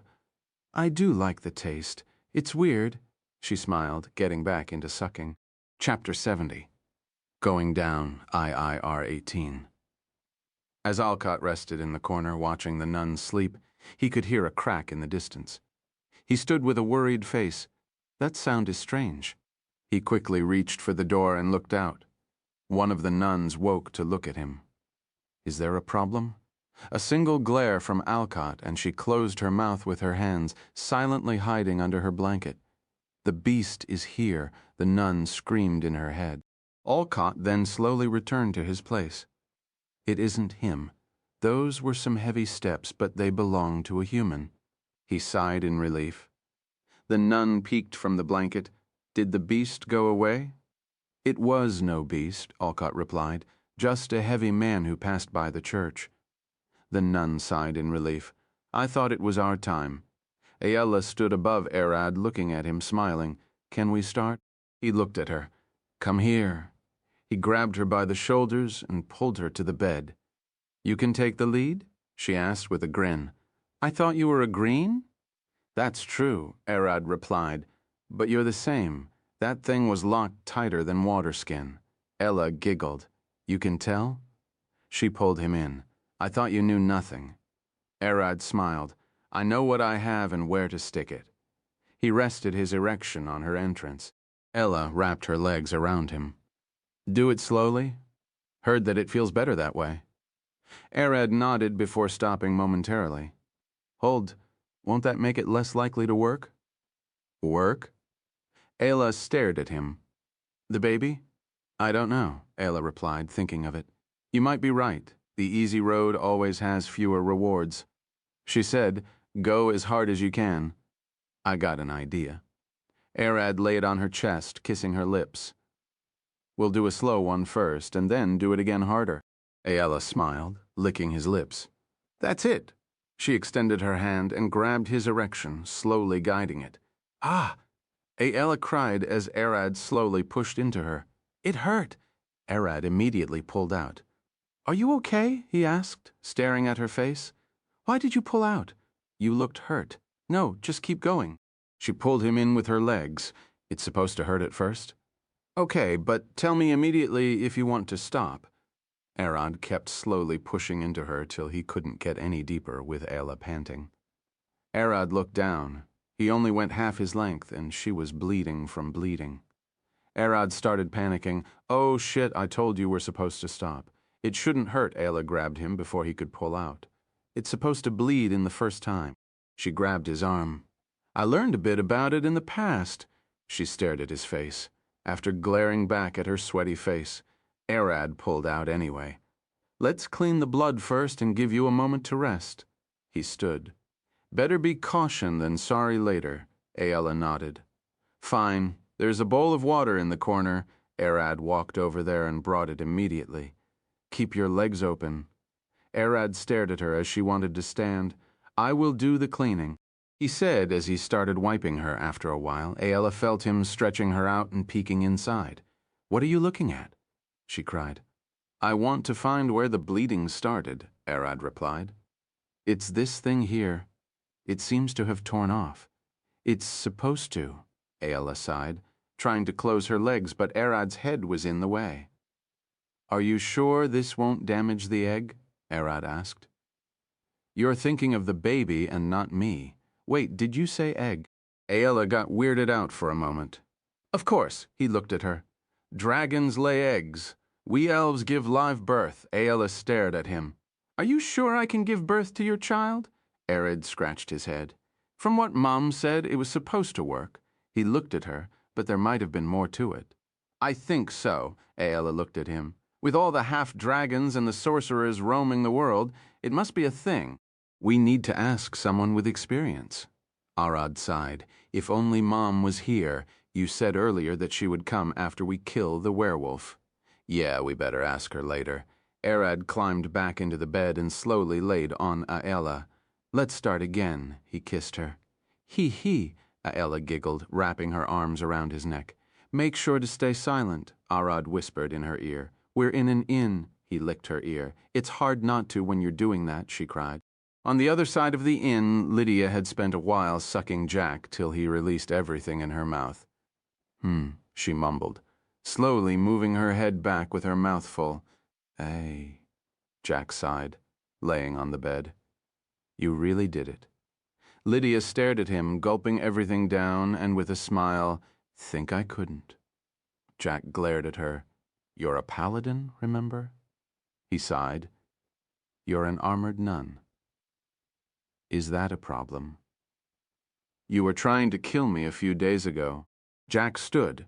And you tried to kill me as well. She smiled. We're even now. She then crawled to the bed, laying on her stomach. Jack approached her, putting his hands between her legs and ticking her. Jack, do you mind liking it a bit? She looked back at him. Of course, he replied immediately. But Lydia gave him a worried stare. Can you please try licking the other one for me? She stretched her cheek, opening the path to her anus. How much are you paying me to do that? Jack glared at her. I just sucked you off. Then I will do the same and lick you from the front. Jack stared at her. Why the back? Lydia scratched her chin. It's a long story. Tell it, and I will decide. Jack clenched his hands on her butt. We are supposed to stay virgins, so I was using that hole for masturbation, she said with a slightly red face. Jack glared at her, disappointed. I know it's weird. Lydia cried, Can you please do it? Jack sighed. Fine, but you owe me one. I will do anything you want, Lydia replied with a smile. Don't say that. It's bad. He glared back at her. No, it isn't. With you at least. Lydia smiled. I can prove you wrong, Jack smiled. If you did prove me wrong, I swear to do the thing even if I hated it to the bones, Lydia stated with a confident face. But I need to stay a virgin. Jack nodded. It's your problem now, he smiled. I will lick you after doing what I have to ask. Lydia stood staring at him, smiling. What is it? Do you want me to lick from the ass as well? Or is it your feet? Should I call you master for the rest of my life? She grinned. Jack looked at her, pointing his meat at her face. It's a thing you do here only once, he smiled, approaching her. Want me to lick you again. I want to pee, drink it, and don't waste a drop.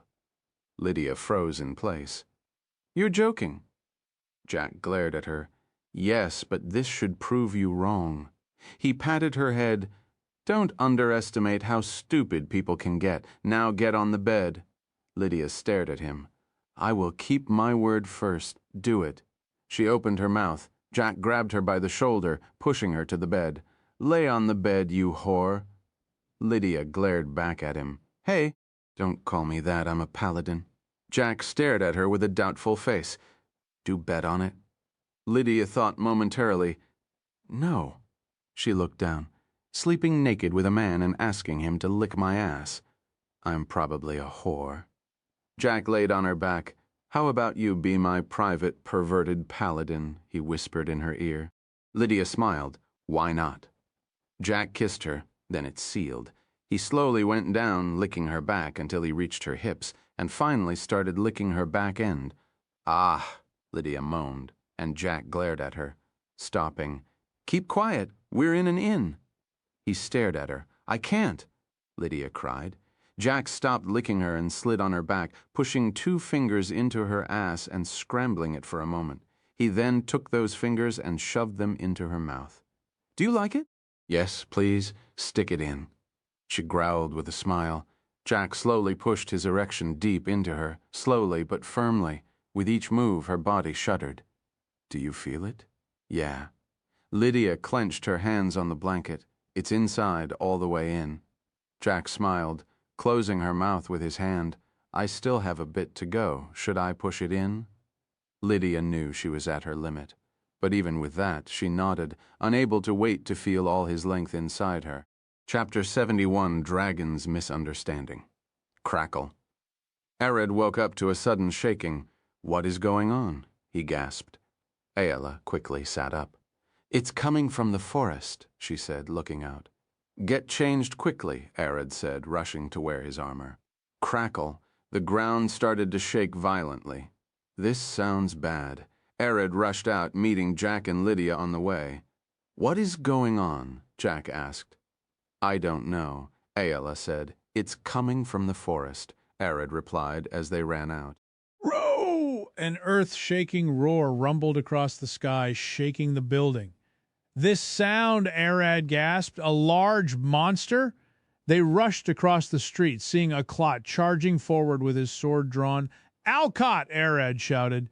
"Stay away!" Alcott shouted back. "This is a dragon. You will die." "A dragon!" Jack and Lydia stared at each other. "Come!" "We should help evacuate the city," Merida shouted at them from the back. "Don't stand in Alcott's way." Arad stared at her and then looked at the forest. "This scent, I know it," he mumbled, and Ayala glared at him. Thud. Arad rushed behind Alcott. "Wait for me," Ayala chased him. "You two come back," Lydia shouted, but they didn't listen. "Arad, what did you mean?" Ayala asked as she managed to catch Arad. "That dragon?" "It might have been one that I met before," he said, glaring at the dust above the forest. "It seemed more social talking with me as a dragon. We could reach an understanding." "That thing is a monster. How likely it's to listen?"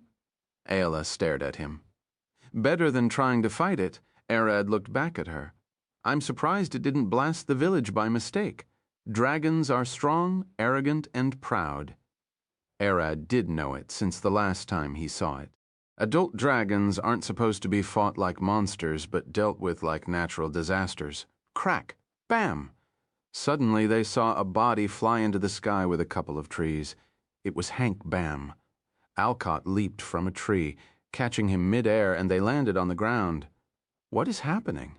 Alcott asked, but Hank pushed him to the side.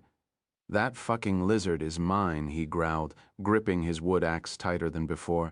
Alcott started at him, catching the bestial scent on his body. "It's faint, but it's there." Crack, crack. "Zero."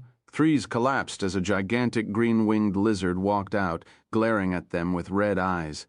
"Human, you dare lay your hands on my toys?" The dragon growled, slowly walking forward. "Lower your claws," Alcott shouted. "This doesn't need to end with blood." Both the dragon and Hank glared at Alcott. "This human killed one of my toys and one of my kind. It will only end with blood, meditator." This fucking lizard suddenly plunged into my house. It almost hurt my wife. Hank glared at the dragon. "I'm going to skin it for a bag." He pointed his axe at the dragon. "This is your fault, fucking human. Where is the corpse of my kind?" The dragon glared at him, enraged. "I told you, fucking birdbrain, I didn't kill any dragon like you," Hank growled, running forward with his axe clang. The dragon swung his claw, smacking him away with ease. "You don't even deserve my breath. Calm down, I can help you find your lost kind." Alcott blocked the dragon's second strike with his sword. "I'm here to help, so at least listen for a moment." The dragon stared at him. "Meditator, I know my manners, and that's the only reason the village still stands." The dragon glared at him. "One blast of my poison breath and life here would be plagued. Red dragons use fire, while green dragons use poison. Massive creatures immune to all manners of poisons and diseases, while boasting the strongest venom in the world inside their veins. The man says he killed no dragon. Calm down and use your nose.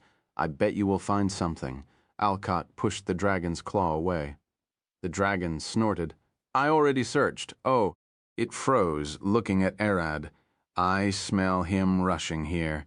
You fucking leather bag," Hank growled. "Told you I didn't kill any dragon." Alcott sighed.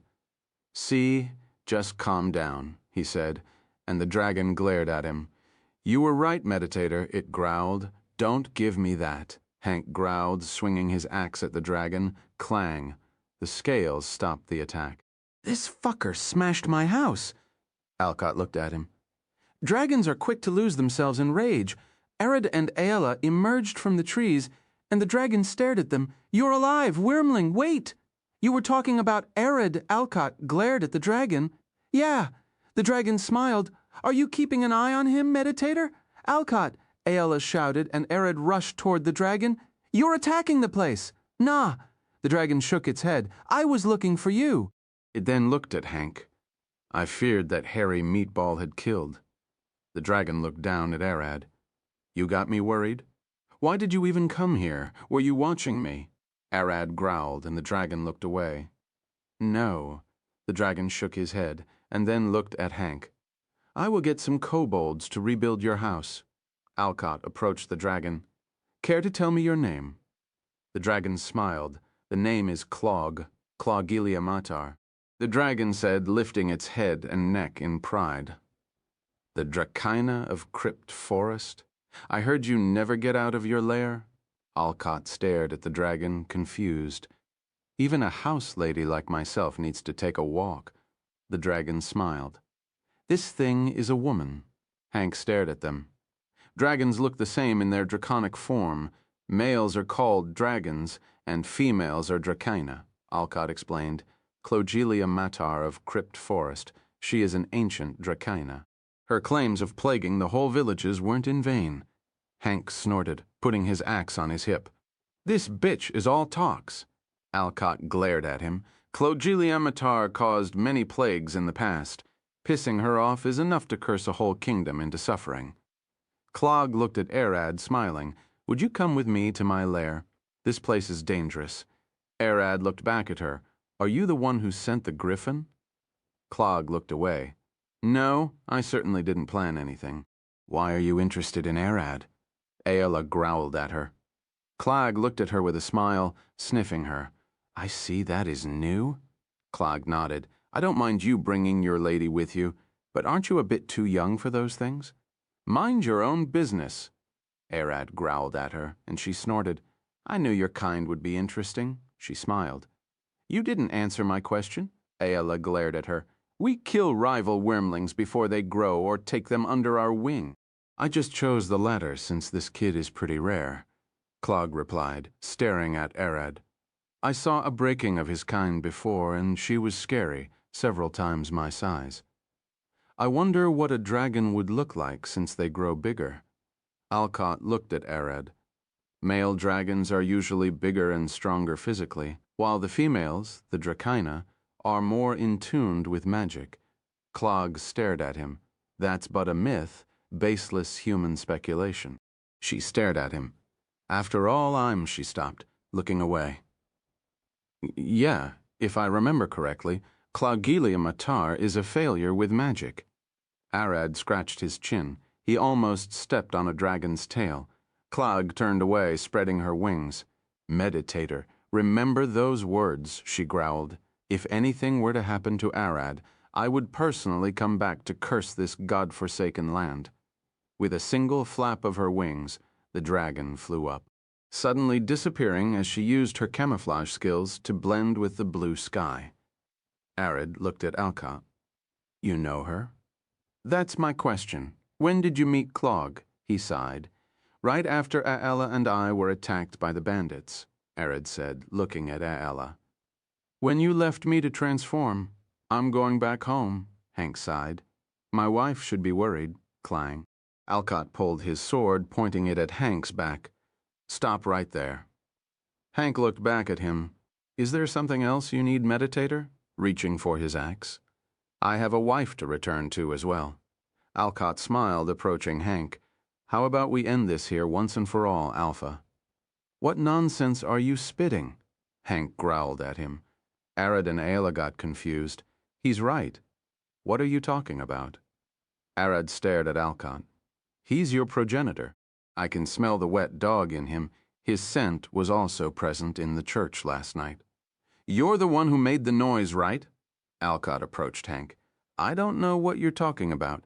He pulled his axe. But I don't care who I kill. Want to kill an armored fighter? Alcott smiled. It doesn't matter if you're thick as a tree. My axe can always chop through. Hank smiled. I'm no wolf, dragon bastard. Chapter 72, Raging Pieces. Swash. Alcott swung his blade at Hank, who deflected the attack with his axe as if it was nothing. You think I'm a werewolf now? Hank growled. You can't give a rest, can you? The two moved apart, glaring at each other.